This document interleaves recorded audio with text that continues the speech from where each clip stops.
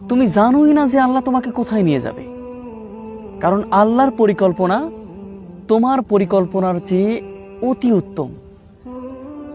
তুমি যেটা পরিকল্পনা করো সেটার মধ্যে ভুল হবে, সেই পরিকল্পনাটা হবে ভ্রান্ত, এবং সেই পরিকল্পনার ফলে তোমার জীবন ঝুঁকির মধ্যে পড়ে যাবে।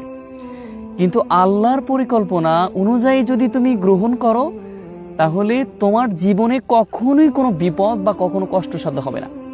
কারণ আল্লাহ যেটা মানুষের বান্দার যেটা দেন সেটা হচ্ছে অতি সুন্দর এবং উত্তম কিছু দেন। অর্থাৎ আল্লাহর পরিকল্পনা অতি সুন্দর। আল্লাহু খৈরুল মাকিরিন, আল্লাহ নিজেই বলেছেন আমার পরিকল্পনা অতি উত্তম পরিকল্পনাকারী। অতএব আমার পরিকল্পনা অনুযায়ী যদি তুমি তোমার জীবনকে গঠন করো, তাহলে তুমি তোমার জীবনে কখনোই কষ্ট পাবে না। কিন্তু আমার পরিকল্পনা ছাড়া যখন তুমি চলে যাবে, তখন তুমি কষ্ট হবে, তোমার জীবন ঝুঁকির মধ্যে পড়ে যাবে, তুমি অনেক ব্যথিত হবে। অতএব যে কোনো কিছু করো জীবনে, আল্লাহর পরিকল্পনা ছাড়া অন্য কিছু কখনোই করো না, তাহলে তুমি কিন্তু ভেঙে পড়বে, চূর্ণ বিচূর্ণ হয়ে যাবে। আল্লাহর পরিকল্পনা অনুযায়ী তোমাকে চলতে হবে। আর আল্লাহর পরিকল্পনা যদি চললে, আল্লাহ বলছে ওয়াকাফা বিল্লাহি নাসির, ওর জন্য আমি প্রত্যেকটি পদে পদে পদে পদে সাহায্য করি। আল্লাহর পরিকল্পনা তোমার পরিকল্পনার চেয়ে অনেক সুন্দর যদি তুমি ধৈর্য ধরতে পারো। যদি তোমার কাছে থাকে ধৈর্য এবং সহ্য, তাহলে তুমি তোমার আল্লাহর পরিকল্পনা যে কত সুন্দর সেটা অল্প দিনের মাঝখানেই বুঝতে পারবে।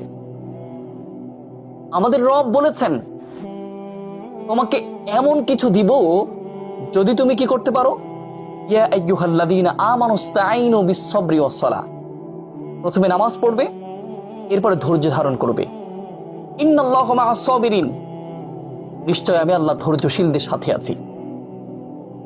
আর যখন আমরা ধৈর্য ধরতে পারবো, তখন আল্লাহ তাআলা আমাদেরকে ফাইন্না মা'আল উসরি ইউসরা, কষ্টটা দূর করে স্বস্তি দিবেন।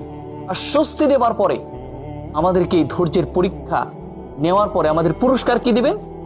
আল্লাহ কোরআনের মধ্যে সুন্দর করে বলেছেন, ওয়ালা সাউফা ইয়াতিকা রাব্বুকা ফাতারদা, বান্দা যখন তোমার ধৈর্য ধরা হয়ে যাবে, যখন তোমার পরীক্ষা নেওয়া হয়ে যাবে, যখন তুমি ধৈর্য এবং সহ্য গ্রহণ করতে পারবে, তখন তোমাকে এমন কিছু দিব তুমি খুশিতে আত্মহারা হয়ে যাবে। ওয়ালা সাউফা ইয়াতিকা রাব্বুকা ফাতারদা, তোমার এমন কিছু দিব যে তুমি খুশিতে একদম আত্মহারা হয়ে যাবে। সুবহানাল্লাহ। এজন্য রবের পরিকল্পনা তোমার পরিকল্পনা চেয়ে অনেক সুন্দর। অতএব রবের পরিকল্পনাটা নিজে আঁকড়ে ধরার জন্য চেষ্টা করো।